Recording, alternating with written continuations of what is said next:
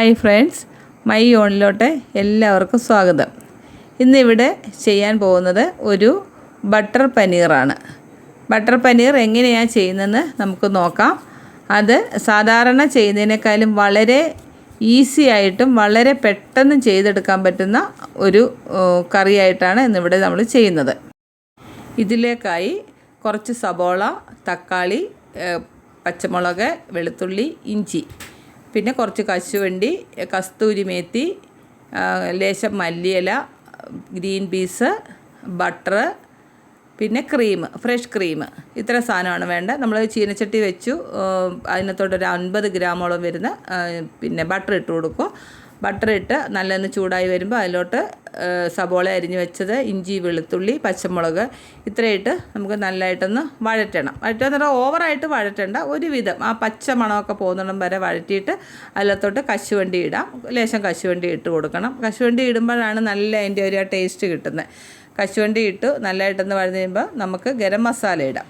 ഗരം മസാല അത്രയും ഐറ്റംസ്, അതായത് പെരിഞ്ജീരകം, ഗ്രാമ്പൂ, പട്ട, ഏലക്ക, തക്കോലം, ഒരു ലേശം കുരുമുളക് വേണമെങ്കിൽ ഇടാം, ഇല്ലെങ്കിലും കുഴപ്പമില്ല, എന്നാലും ഒരു ലേശം ഇടുന്നത് നന്നായിരിക്കും. ഇത്രയെല്ലാം ഇട്ട് നല്ലതായിട്ടൊന്ന് വഴന്ന് വരുമ്പം അതിലോട്ട് നമുക്ക് ഒരു 2.5 ടീസ്പൂൺ മല്ലിപ്പൊടി, ഒരു 2.5 ടീസ്പൂൺ മുളക് പൊടി ഇട്ട് അതും ഒന്ന് പച്ചമണമൊക്കെ ഒന്ന് മാറുന്നിടം വരെ ഒന്ന് വഴറ്റി അതിലോട്ട് നമ്മൾ എടുത്തു വെച്ചിരിക്കുന്ന 2 തക്കാളി മുറിച്ച് അതും കൂടി ഇടുക. അതിനകത്തോട്ട് ലേശം കസ്തൂരി മേത്തി അധികം ഇട്ടിട്ട് നമ്മൾ വഴറ്റി കഴിഞ്ഞാൽ ഇത് നമ്മൾ മിക്സിയിൽ ഇത് അരച്ചെടുക്കുകയാണ്. അപ്പോൾ ആ സമയത്ത് ഒരു ചെറിയ കയ്പ്പ് രസം ഉണ്ടാവും. അത് കാരണം നമ്മളൊരു ലേശം കസ്തൂരി മേത്തി ഇട്ടാൽ മതി. ലാസ്റ്റ് നമുക്ക് ശകലം കയ്യിൽ വെച്ച് നല്ലതായിട്ടൊന്ന് പൊടിച്ച് അതിനകത്ത് ഇടണം. അപ്പോൾ ആ കസ്തൂരി മേത്തി എല്ലാം ഇട്ടു നമ്മളത് തണുത്തതിന് ശേഷം മിക്സിയിൽ തിളപ്പിച്ചാറിയ വെള്ളം ഒഴിച്ച് ഒന്ന് അടിച്ചെടുക്കണം. എന്നിട്ട് ആ വഴറ്റിയെടുത്ത ഉരുളിയിലോട്ട് തന്നെ ലേശം ബട്ടർ ഇട്ടിട്ട് നമ്മൾ ഈ അരച്ചെടുത്ത അരപ്പ് ഇട്ട് നല്ലതായിട്ടൊന്ന് ആ പച്ചമണമൊക്കെ ഒന്ന് മാറുന്നിടം വരെ നല്ലപോലെ ഒന്ന് വഴറ്റണം. വഴറ്റി ഒരുവിധം ഒന്ന് വഴറ്റി ചെറിയ തീയിൽ വേണം, അല്ലെങ്കിൽ നമ്മുടെ ബോഡിയിൽ ദേഹത്തിൽ തെറിക്കും. അപ്പോൾ തെറിക്കാതിരിക്കാനായിട്ട് ചെറിയ തീയിൽ വെച്ചിട്ട് വേണം ഇതൊന്ന് ആ പച്ചമണം എല്ലാം മാറി അതിന് ശേഷം അതിലോട്ട് ഗ്രീൻ പീസും അതേപോലെ തന്നെ പനീർ പീസാണ്. അതിന് നമ്മൾ ഇത് കടയിൽ നിന്ന് വാങ്ങിയ പനീർ ആയതുകൊണ്ട് തന്നെ നമ്മൾ ആദ്യം ഒന്ന് ചെറു ചൂടുവെള്ളത്തിൽ ഒന്ന് ഇട്ട് കുറച്ച് നേരം കഴിയുമ്പോൾ ഇട്ട് കഴിഞ്ഞാൽ നല്ലൊരു സോഫ്റ്റായിട്ടിരിക്കും അത്.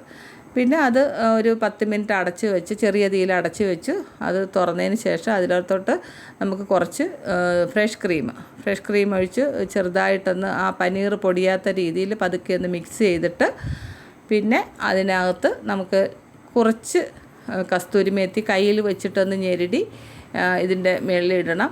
അതേപോലെ തന്നെ മല്ലിയില, ഫ്രഷ് മല്ലിയില ശകലം ഇടുന്നത് നല്ലൊരു ടേസ്റ്റാണ് ഇതിന്. മല്ലിയില ഇട്ടു വീണ്ടും ഒരു ചെറിയ പീസ് ബട്ടറും കൂടി ഇട്ട് ഒന്ന് അടച്ച് വെക്കുക.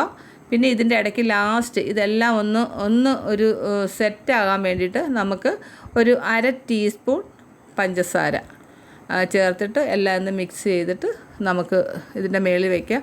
അതേപോലെ തന്നെ ഞാൻ ഇതിൽ കാണിച്ചിട്ടില്ല, വീഡിയോയിൽ എടുത്തിട്ടില്ല, നമ്മുടെ നല്ല ജീരകം, ചെറിയ ജീരകം വറുത്ത് പൊടിച്ചതുണ്ടെങ്കിൽ ഒരു നുള്ളി ഇതിൻ്റെ മേളിലൊന്ന് തൂവി കൊടുക്കാം.